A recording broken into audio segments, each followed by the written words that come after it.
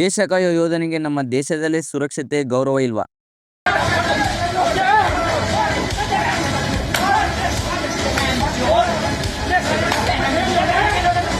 ಈ ಘಟನೆ ನಡೆದಿದ್ದು ಯುಪಿದಲ್ಲಿ. ಆರ್ಮಿ ಆಫೀಸರ್ ಕಪಿಲ್ ತಮ್ಮ ಲೀವ್ ಮುಗಿಸಿಕೊಂಡು ಕಾಶ್ಮೀರಕ್ಕೆ ಡ್ಯೂಟಿಗೆ ಕಸಿನ್ ಶಿವಮ್ ಜೊತೆ ಹೋಗ್ತಿರ್ತಾರೆ. ಬುನಿ ಟೋಲ್ ಪ್ಲಾಜಾ ನಲ್ಲಿ ತಮ್ಮ ಆರ್ಮಿ ಐಡಿ ತೋರಿಸಿದಾಗ ಟೋಲ್ ಸ್ಟಾಪ್ ಜೊತೆ ಸ್ವಲ್ಪ ಜಗಳ ಆಗುತ್ತೆ. ಪೀಸ್ಫುಲ್ ಆಗಿ ರಿಸಾಲ್ವ್ ಮಾಡಬೇಕಿದ್ದ ಟೋಲ್ ಸ್ಟಾಪ್ ಮೆಂಬರ್ಸ್ ಸೋಲ್ಜರ್ನ ಪೋಲ್ಗೆ ಕಟ್ಟಿ ಹಿಗ್ಗಾಮುಗ್ಗಾ ಹೊಡೆದಿದ್ದಾರೆ.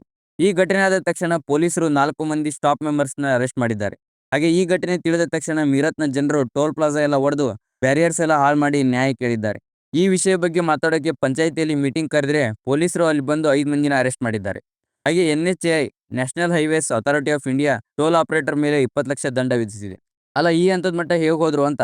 ಕಪಿಲ್ ಅಂತ ಎಷ್ಟೋ ಯೋಧರು ತಮ್ಮ ಫ್ಯಾಮಿಲೀಸ್ ಅವರ ಜೀವ ಸ್ಯಾಕ್ರಿಫೈಸ್ ಮಾಡಿ ಬಾರ್ಡರ್ ಅಲ್ಲಿ ನಮಗೋಸ್ಕರ ಬುಲೆಟ್ ತಿಂತಿದ್ದಾರೆ. ಅವರು ನಮ್ಮಿಂದ ರಿಟರ್ನ್ ಆಗಿ ಏನೂ ಕೇಳಿಲ್ಲ, just some respect and dignity. ಯಾವ ಜನರು ತಮ್ಮ ಪ್ರೊಟೆಕ್ಟರ್ಸ್ಗೆ ರೆಸ್ಪೆಕ್ಟ್ ಕೊಡಲು ಅಂತ ಜನ ಪ್ರೊಟೆಕ್ಷನ್ನೇ ಡಿಸರ್ವ್ ಮಾಡಲ್ಲ. ನಿಮ್ಗೇನು ಅನ್ಸುತ್ತೆ ಈ ಇನ್ಸಿಡೆಂಟ್ ಬಗ್ಗೆ? ಕಮೆಂಟ್ ಮಾಡಿ ತಿಳಿಸಿ.